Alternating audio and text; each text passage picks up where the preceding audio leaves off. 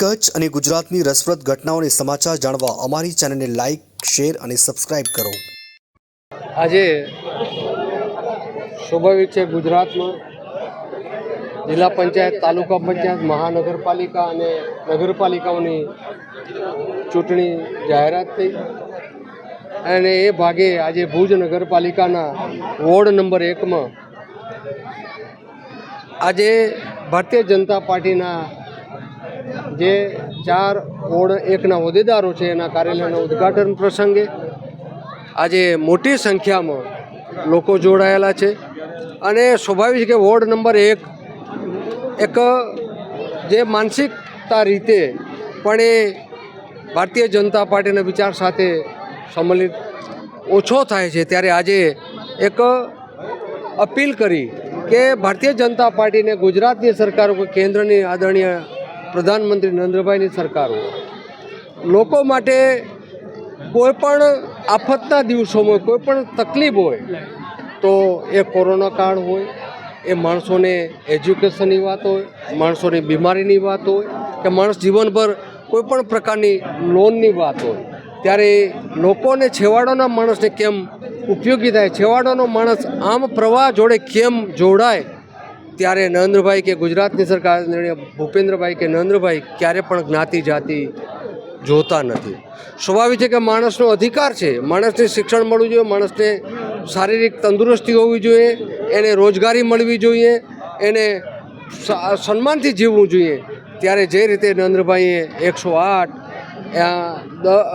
5 લાખ ગુજરાત સરકારને 5 લાખ કેન્દ્ર સરકાર, આયુષ્માનની વાત કરો તમે કે અનાજની વાત કરો તમે, કોરોનાની કાળમાં કે માણસ કમાઈ નહોતા શકતા, એક પ્રસંગે આ સરકારે છેવાડાના માણસને મદદરૂપ થવા માટે પ્રયત્ન કર્યો છે. સ્વાભાવિક છે, માણસને સમજતા, માણસને વિચારતા જે સમય લાગે, પણ મને લાગે છે કે વોર્ડ નંબર 1 આવતા દિવસોમાં અમારા 4 જે ઉમેદવારો છે, કેન્ડિડેટ છે, એ લોકોને ગમતા ચહેરા છે. અને 4 ચહેરાઓ જે રીતે મેં માહોલ જોયો, જે લોકોનો ઉત્સાહ જોયો, લોકોના મન જોયા, એ પ્રમાણે આવતા દિવસો હું માનું છું ત્યાં સુધી વોર્ડ નંબર 1 ઇતિહાસનું સર્જન કરશે અને 4 અમારા કાઉન્સિલરો ભારે બહુમતીથી ચૂંટાશે. આજે અમારો કાર્યાલય ઓપનિંગ હતો. પબ્લિકનો જે પણ અમને સાથ સહકાર અહીંયા રહેવાસીઓનો મળેલો છે એ બદલ હું એમના બધાનો આભાર પણ માનું છું અહીંથી.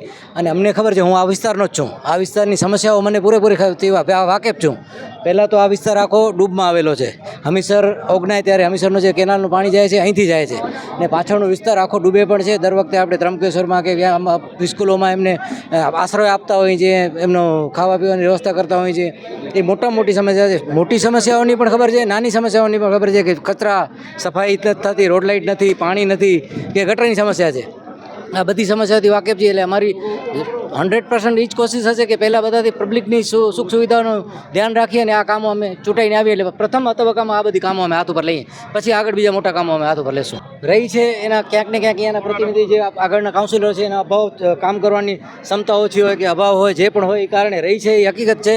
અને આપણને ખબર છે, જેવી રીતે પણ આ રસ્તા ઉપર કચરાના ઢગલા હોય, ગટરનું પાણી વહેતું હોય, પાણી નથી મળતું લોકોને, લોકો ડૂબતા હોય, તો એ બધી વસ્તુથી હું વાકેફ છું. અને મારી પ્રાયોરિટી હશે કે આ વસ્તુઓથી હું બધા પબ્લિકને છુટકારો અપાવું. પબ્લિકનો હું આભાર માનું છું અને મને એટલી ખાતરી છે કે પબ્લિક બદલાવ ઈચ્છે છે અને આ વખતે 100% પબ્લિક બદલાવ અમારા ઉપર વિશ્વાસ મૂકશે. હું એ જ વિશ્વાસ અપીલ કરીશ પબ્લિકને કે અમારા ઉપર વિશ્વાસ મૂકે, અમને પેનલ ટુ પેનલ મત આપે, 4 જણાને વિજય બનાવે અને એમના કામ માટે 5 વર્ષ અમને તક આપે. મારું નામ હમીદા નાસિર હુસેન ખત્રી છે. હું વોર્ડ નંબર 1માં ભાજપમાં ઉમેદવાર તરીકે આવી છું. ને અહીંયા વોર્ડ નંબર 1માં ઘણી સમસ્યાઓ છે જેનો ઉકેલ મને એવું લાગે છે કે ભાજપ આવશે તો જરૂરથી થશે. એ જ ઈરાદાથી હું પણ ભાજપથી જોડાણી છું. હું પોતે વોર્ડ નંબર 1માં રહું છું. અહીંયા શું તકલીફ છે હું પોતે જાણું છું.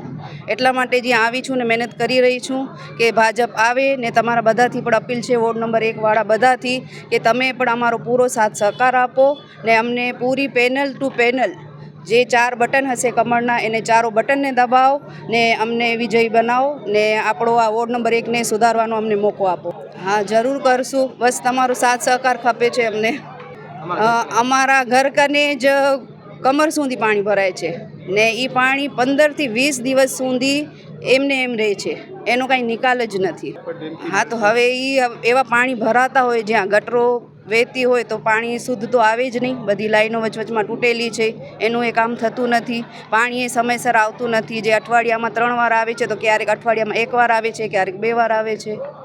મારું નામ ઇમ્તિયાઝ ફકીર મોહમ્મદ સોઢા છે. જ્યારે ભાજપે મને તક આપી છે ત્યારે હું વોર્ડ નંબર 1ની જે મુખ્ય સમસ્યાઓ છે, 11 મુખ્ય સમસ્યા જે મેં હાલમાં કાઢી છે. પહેલું છે જે કેનાલ ખોદેલી પડી છે, તો સૌપ્રથમ અમે આવીને આ કેનાલ જે ખોદેલી પડી છે એને કમ્પ્લીટ કરશું. બીજી સમસ્યા છે જે ભારતનગરનું પુલિયું છે, જે ગટરથી ભરેલું પડ્યું છે, એનામાં જીવજંતુ છે, સાપ નીકળે છે અને પુલિયા પણ એટલા નાના છે કે અવારનવાર બાઇકવાળા પડતા હોય છે અને તમે ન્યૂઝમાં પણ કેટલી વાર આવી ગયું છે કે કેટલા લોકો અહીંયા પડતા હોય છે. તથા ખાસર ગ્રાઉન્ડ છે જે ક્રિકેટ પ્રેમીઓ માટે છે અને એના લીધે છોકરાઓ જ્યાં રમવા જતા હોય છે ત્યાં એક તો કચરાઓના ઢગલા પડ્યા છે, તો એ કચરાના ઢગલાઓ ઉપાડવામાં આવશે. તથા ત્યાં બાઉન્ડ્રી બાંધશું. તથા અમરનગર જે છે પ્રભાત બેકરી પાસેનો વિસ્તાર, તો ત્યાં દર વર્ષે પાણી ભરાય છે, તો એ પાણીનો પણ નિકાલ માટેની એક આયોજન કરશું. તથા અમરનગર 4 રસ્તા પાસે અહીંયા પણ પાણી ભરાય છે.